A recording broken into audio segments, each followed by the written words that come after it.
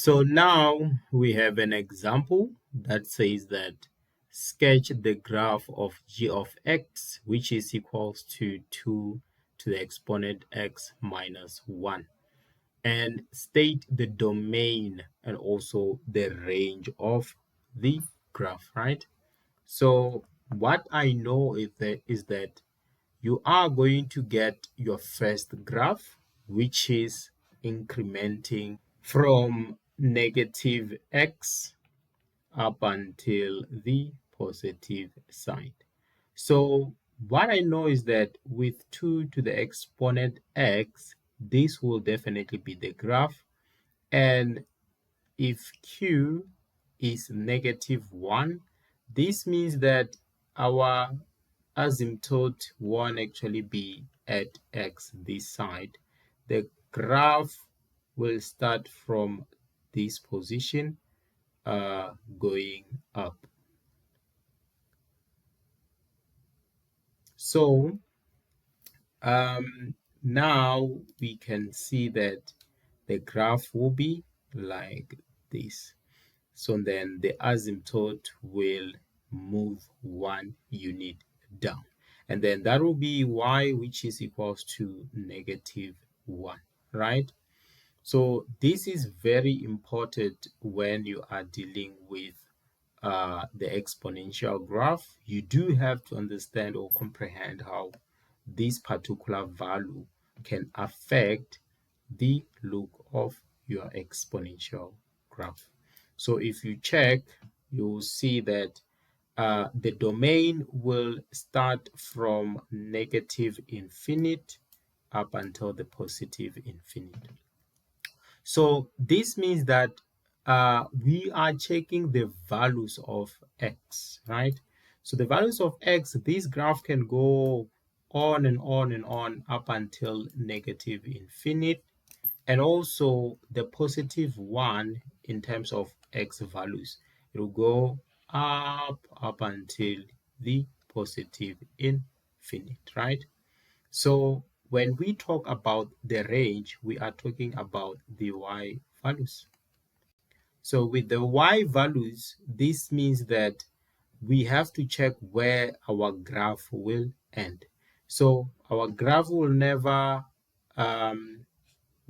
touch negative 1, meaning that this will definitely start from negative 1 up until positive infinity in terms of the y value. So what we are talking about is that our graph will start somewhere down here, and then it will just increase up until positive infinite.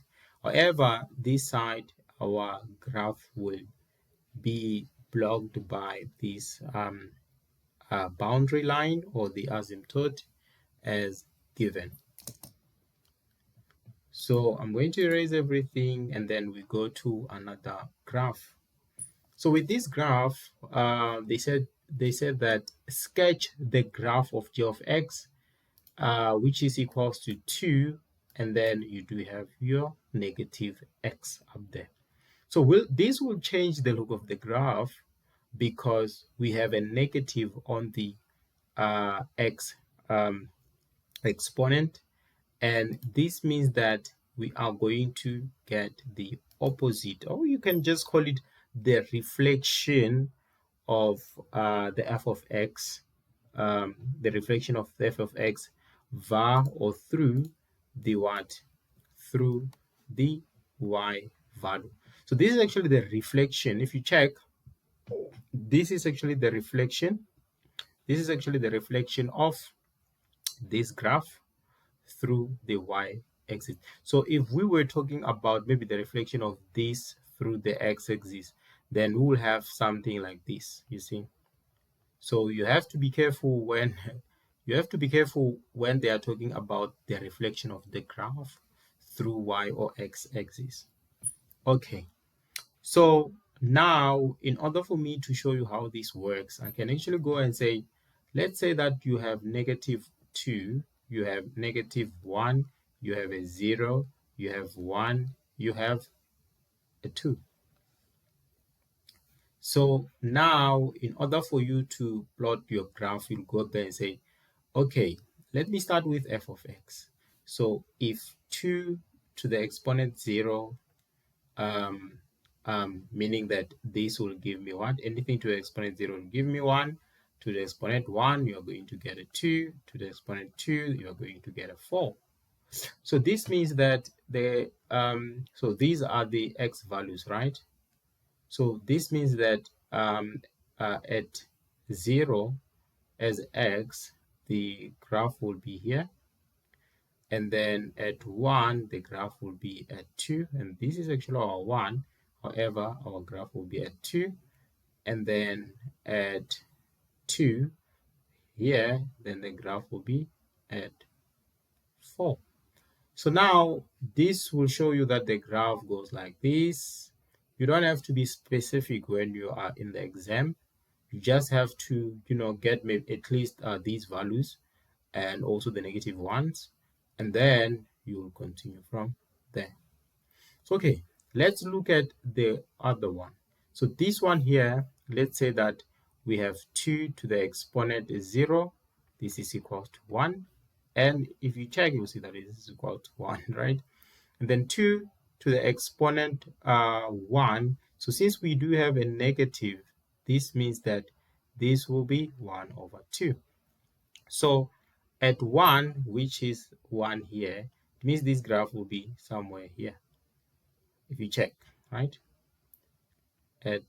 So when x is 1, then y will be half. So that's what we have. And then when x is 0, then it means that here we're going to be somewhere there. So, okay, 2 to the exponent 2 with a negative will definitely, this will definitely give us the following. So I just want to use a calculator for everything.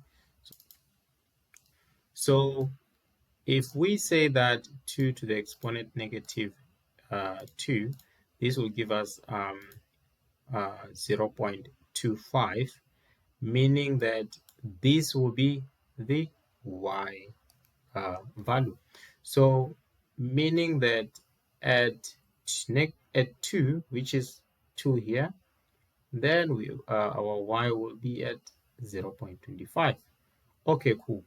Now when we talk about negative 1 now, negative 1 means that 2 to the exponent negative into negative 1, and then this will give us 2, this times this will give us a positive to the exponent 1, meaning that at negative 1, this will be 2, and you can see that at negative 1, x negative 1, this was at 2.